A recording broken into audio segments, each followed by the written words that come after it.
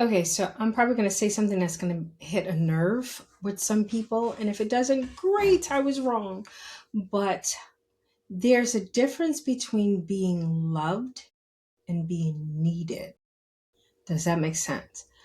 I have been both. I believe I understand both. I understand, of course, being needed more than I understand being loved because being loved is new. So you'd be like, well, Keisha, Kayla, whatever, what's the difference? Okay, the difference is when someone loves you, they love you whether you perform or you don't. But they love you enough to leave space, grace, and like ability for you to spread your wings in order to go and be great. And they encourage you to be great. Does that make sense? You should be able to see someone else's influence in your life. You should be like your older friends or people who've been around you for a while, they'd be like, okay, your walk is different. Like your confidence is different. You know, I know that happened for me.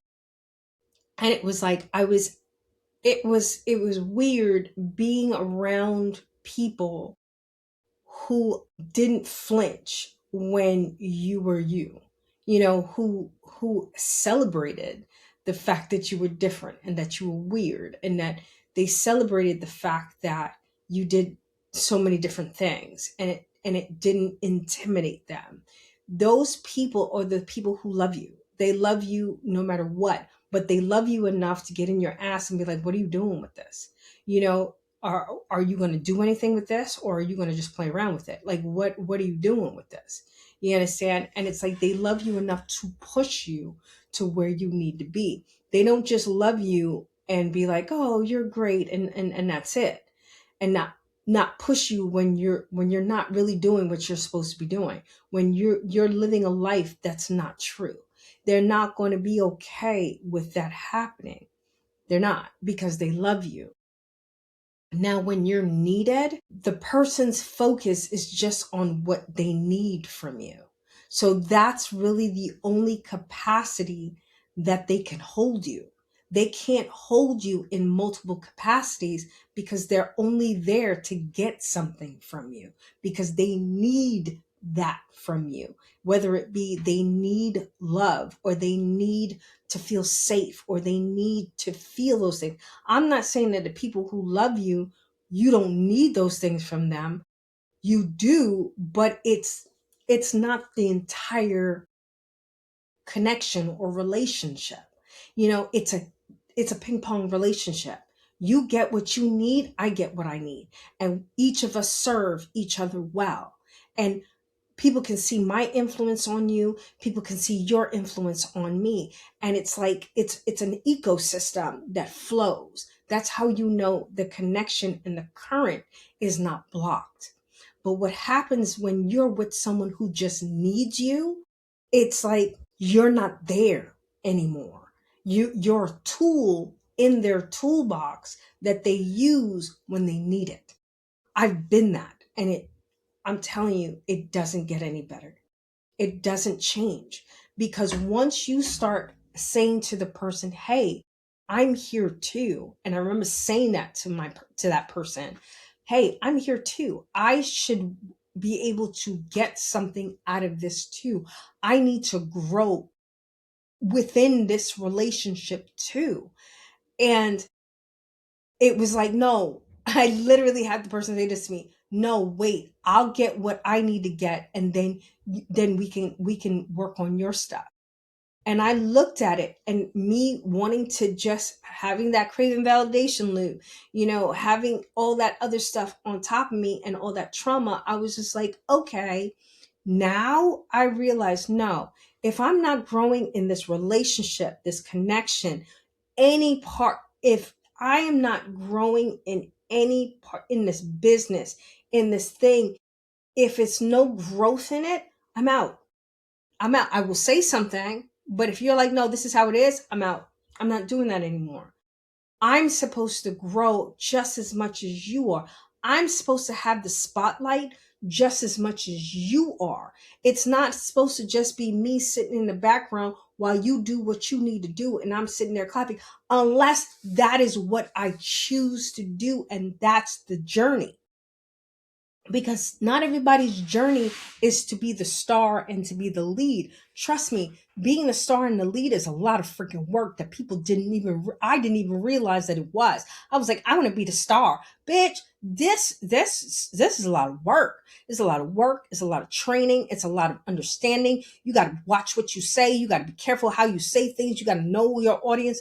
It's a lot of stuff. So sometimes being the sidekick or being the person in the background is not a bad thing. I'm not saying that that's a bad thing. Those people are usually the best people in the goddamn movie. Does that make sense to you? But what I'm talking about and who I'm talking to are the people who are stars in their own right and their own journey. And their spirit team has told them, you are the star of this show. And you allow someone else's need to overshadow that because you're not seeing that they just need you. They don't really love you because if they loved you, they would see you and see your needs as much as they see their own. They wouldn't be like, oh, yeah, help me with this. And you do all this work. And then they see that you're struggling with something and they just give you advice. They just give you nice advice. They don't help you with it. They don't talk to you about it. They don't get in the muck with you. They just give you advice. They give you advice when they talk to you about it. And it doesn't move your needle. It doesn't move your needle. Okay, I heard someone in my head. How do I know if I'm with someone that just needs me versus someone who needs me and loves me? First, you know me, I would muscle test. I would muscle test. I would just ask, I would muscle test. But for those who can't muscle test, or those that are like, I don't want to muscle test, I want to know, I want to see it. I want to see it in a 3D. I want to see it. I don't want to ask. Okay, I got that for you. So the way that you can tell that a person only loves you and needs you versus a person who just needs you, that's there. How do you feel? Like, how do you feel? Beyond the fantasy and the flutter and the, oh my God, this is so amazing, and all this other stuff, how do you feel when you're with that person? Do you shrink when you're with that person? Do you say less? Do you do less? Do they do more? Are they more over the top? Are they always the one that's talking? Are you always doing what they want to do? What is it that happens when you're with that person? Right? And you could be like, no, no, no, because especially when you're the one in love, you will come up with 101 excuses as into why I'm wrong. And the funny thing with me, I don't need to be right. I don't care about being right. I'm just conveying information. Right? So my thing is that you have to see how you feel with that person, and you'll be like, oh no, I feel great, it's we do so much. They're my best friend. I it doesn't matter. It could be a romantic relationship, it could be your mom, it could be your kids, it could be anybody. It doesn't have to be romantic. Everything that I'm teaching you goes across all types of relationships, not just romantic. It just so happens that that's what's on my mind right now. Okay, so that's what I'm talking about. But I'm not talking about specific romantic relationships.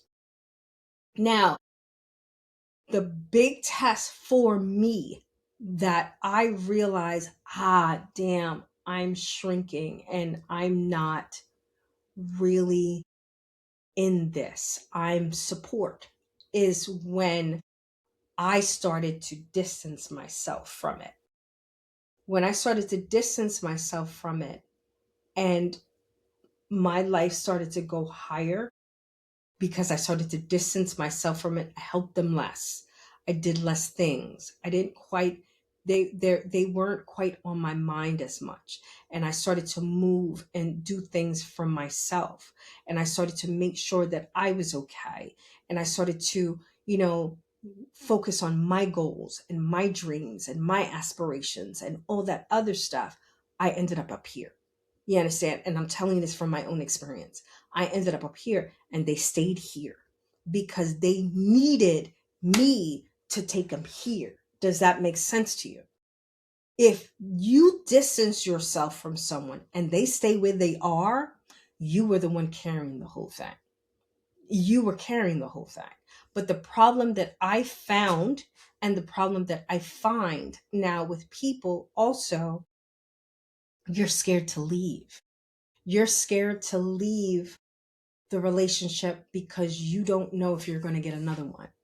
You're scared to leave the relationship because you don't know if you'll ever find someone who allows you to use your gifts or makes you feel like you're using your gifts.